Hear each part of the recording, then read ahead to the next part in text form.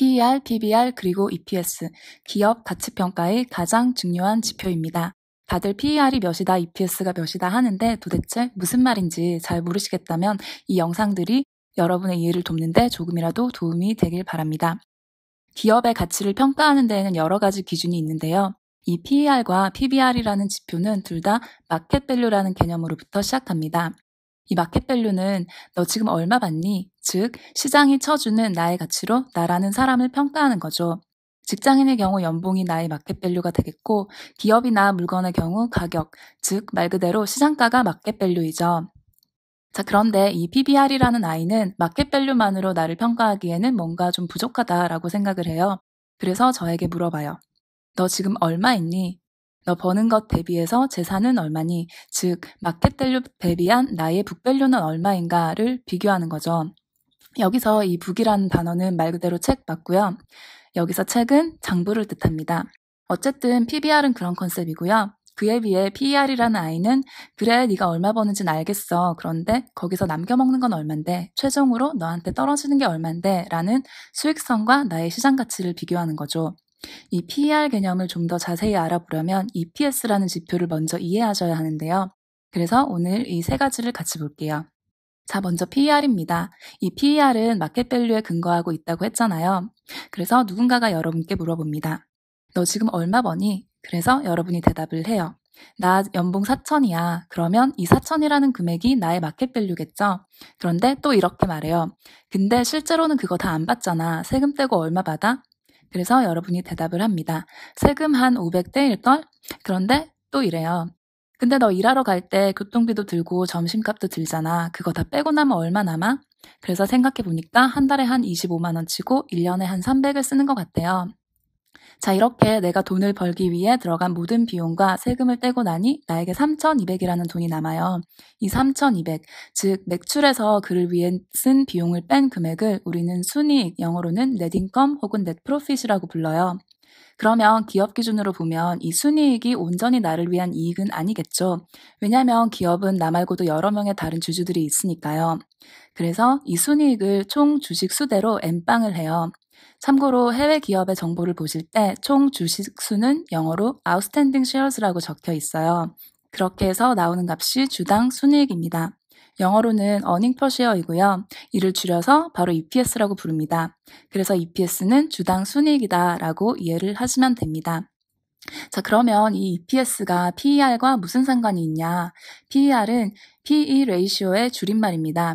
여기서 P는 프라이스, 가격, 그리고 E는 아까 그 EPS, 주당 순이익입니다. 자, 가격을 순이익으로 나누었어요. 즉, E는 주당 수익 대비 주당 가격은 얼마인가를 말하는 것이고, 다시 말하면 내가 얻는 것 대비 돈 낸 것은 얼마인가를 말하는 거겠죠. 예를 들어서 가격이 29,000원이고 EPS가 2,900원인 주식이 있어요. PER은 몇인가요? 계산하면 PER 10이 나오죠? 그런데 이 10이 무엇을 뜻하는 걸까요?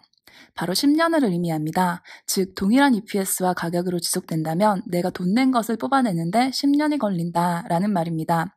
숫자가 클수록 기간이 늘어나는 거니까 PER이 클수록 왠지 내가 더 손해를 보는 느낌이죠.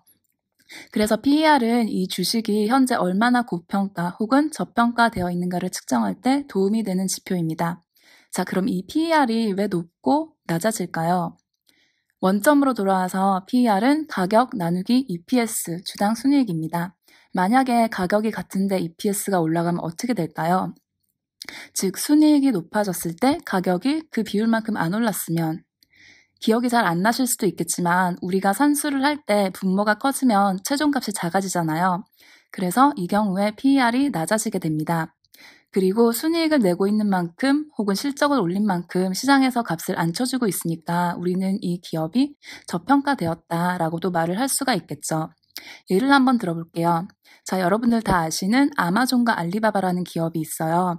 둘 다 전자상거래라는 같은 산업에서 경쟁을 하고 있죠. 오늘 2020년 6월 26일 기준으로 아마존의 한 주 가격은 2,760달러이고요. EPS는 21달러입니다.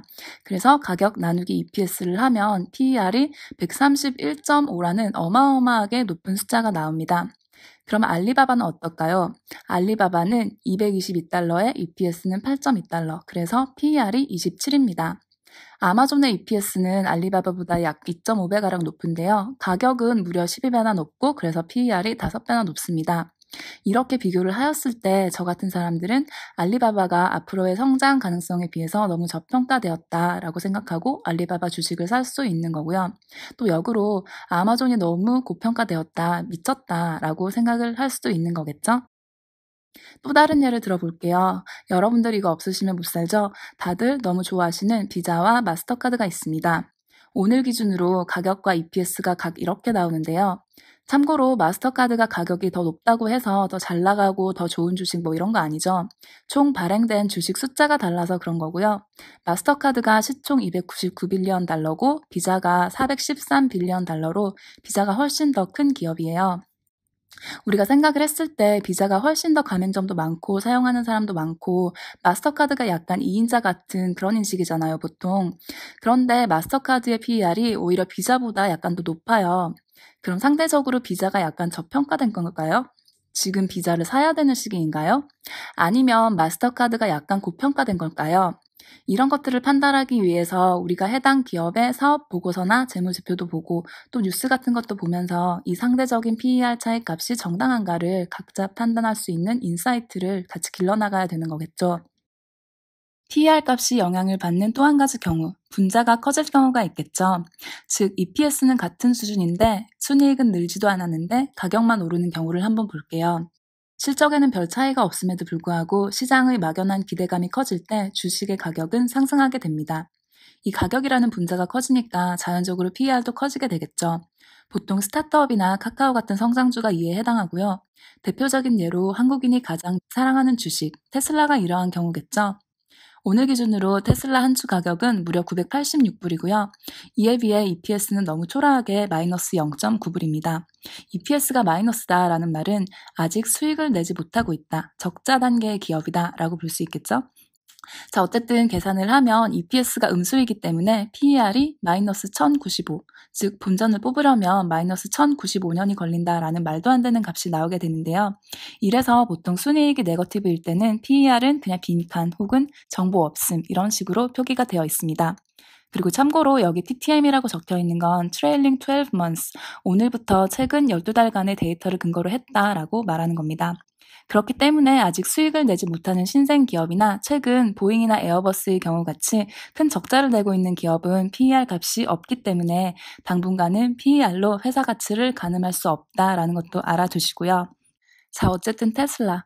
아직 완성되지도 않은 자율주행 시스템을 돈 주고 미리 구매하거나 또 최근 스페이스X가 스타링크를 날려주면서 시장에 엄청난 기대감으로 코로나 때 400불 이하까지 떨어졌던 주가가 며칠 전에는 1000불을 넘어 천슬라가 되는 등 말 그대로 미친 가격이 형성이 되었는데요.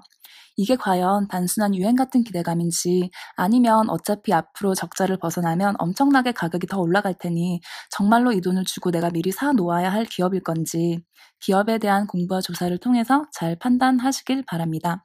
자, 그래서 이 기업에 대한 시장의 기대감이 낮을 때 사서 기대감이 높을 때 팔아라. 즉, PER이 낮을 때 사서 높을 때 팔면 좋다라는 것을 우리가 알 수 있겠죠. 이렇기 때문에 가치 평가자들은 현재 모든 사람들이 주목하고 있는 주식은 나는 사지 않겠다라고들 하는 것입니다. 결론을 지어보자면 PER 값에 대한 평가나 해석은 주관적이고요. 그리고 PER은 상대적으로 평가되어야 합니다. 어떻게 상대적이어야 하냐면요. 우리가 아까 비자와 마스터카드를 비교했듯이 같은 업종 혹은 비슷한 업종 내에서 비교를 하셔야 하고요. 예를 들어서 명품업계에 속해 있는 에르메스의 PER이 49인데요. 소비자 산업의 코카콜라 PER이 19라고 해서 코카콜라가 너무 저평가가 되어 있어 라고 생각하면 안 되는 거겠죠. 그리고 성장기별로도 PER은 다르게 나옵니다. 넷플릭스 같이 한참 성장을 지금 하고 있는 기업은 PER이 당연히 높게 나옵니다. 그래서 이미 성장기를 지난 페이스북 같은 주식의 PER과는 비교가 될 수 없는 거죠. 그리고 또 주기별로도 PER이 다른데요. 예를 들면 반도체 기업 같은 것들은 몇 년 단위의 사이클에 맞추어 주식의 가격이나 EPS가 달라지고 PER도 당연히 이에 영향을 받습니다. 또 예를 들어서 소니나 닌텐도 같은 기업들은 신제품 런칭 시기에 따라서 주가 PER이 엄청나게 영향을 받겠죠. 그렇기 때문에 이들에게 지금이 어떤 주기인가를 감안을 하시어 비교를 하시면 좋겠습니다. 자, 그러면 PER과 EPS에 대한 개념이 대충 잡히셨으니 이제 PBR에 대해서 다음 영상에서 이어서 알아볼게요.